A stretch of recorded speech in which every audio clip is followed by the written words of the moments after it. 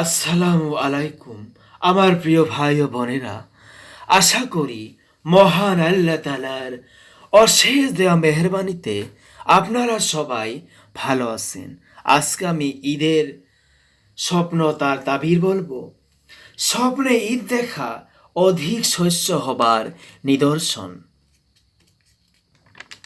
স্বপ্নে ঈদের নামাজ পড়তে দেখা সুখ শান্তির নিদর্শন।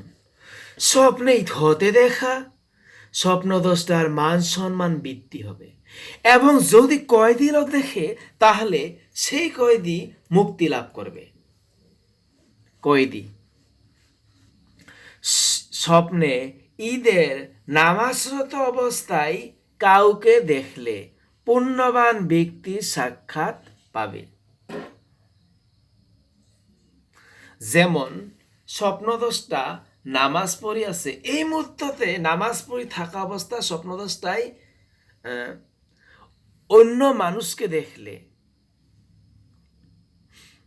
পুণ্যবান ব্যক্তির সাক্ষাৎ পাবে।